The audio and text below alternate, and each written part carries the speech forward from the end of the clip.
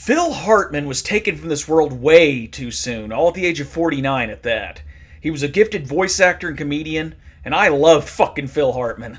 I fucking loved Phil Hartman. I didn't get to fuck him. I loved him in House Guest, Jingle All the Way, Small Soldiers, pretty much anything he was in, really. See, I remember the day he died. I was playing Mario 64 with my best friend, that's now passed on as well, and both of us being bummed out by the news.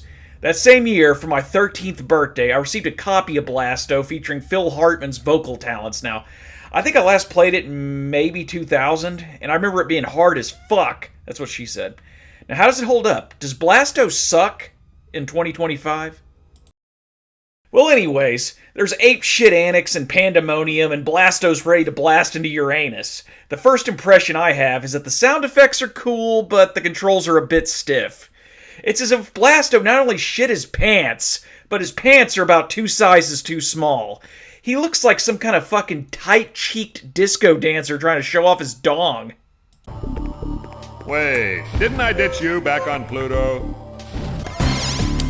You'll pay for that! Come here. And the thing is, fucking Blasto is similar to Eggs of Steel, but he sheds the shell, he squeezes his clobberhead penis in his skinny jeans, holds a zapper, and presses switches to advance to the next area, where you zap shit and press more switches to advance to the very next area. This is the bulk of the gameplay. Zap some bad guys, save a whore, jump over or onto shit, and press buttons. It's simplistic and obviously geared toward kids probably between 9 and 14 years old. I also like to point out how the save point looks like something that was technologically lazy, even for the late 90s. Dude, that fucking save point looks like someone stole some clip art, or I don't know, they spent about fucking 7 minutes in MS Paint trying to throw something together. It looks like something from the GeoCities or Angel Fire page you worked on for an hour in the summer of 1999. You know, before you fell in love with Neopets or Lou Bega or some shit like that. I mean, speaking of the enemies, there's some cheap fuckers. They zoom in, they get a hit or two before you can turn your porridge bowl ass around and zap them. There's even a point where they're so dead set on killing your ass that they shoot you in the dick while you're jumping in midair. I mean, I figure it was just a very subtle symbolism for penis envy.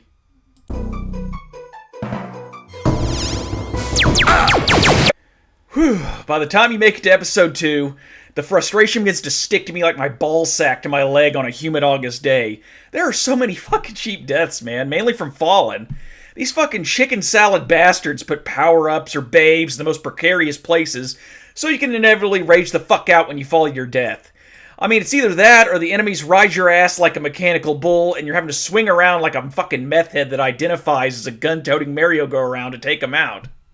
And don't even get me started on the levels, some of the level design here. I mean, seriously, this is supposed to be some kind of rock formation, but it looks like a clump of freeze-dried cat shit that makes the save points look like high art in comparison.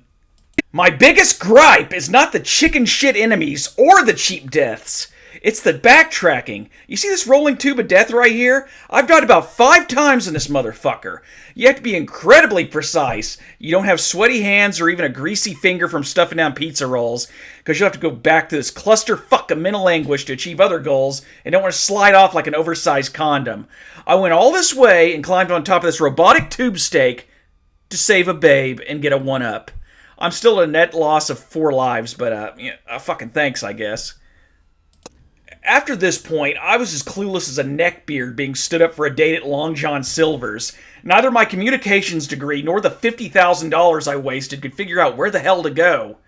I wandered around and around until I referred to game FAQs, and the sole quote-unquote walkthrough for the game ended on this stage and was incomplete at that. Look, I can't hold out much hope, since the last revision of the walkthrough was when I was still in high school. It also doesn't make matters any less bleak when they claim to use spell check and still make an embarrassingly bad spelling error. But maybe, just maybe, his grasp of the English language has advanced since 2003. Final verdict. 3 out of 5. Blasto's not terrible by any means. I mean, the pros are definitely the sound effects and the voice acting by Phil Hartman, but that's a given. I appreciate the humor and the one-liners. I mean, it's funny in a PG sort of way. The cons are definitely the cheap deaths and the backtracking early on, which ties into the cheap deaths and getting lost at that. Blasto gets the equivalent of a 60%. It's passing. Mediocre, but passing.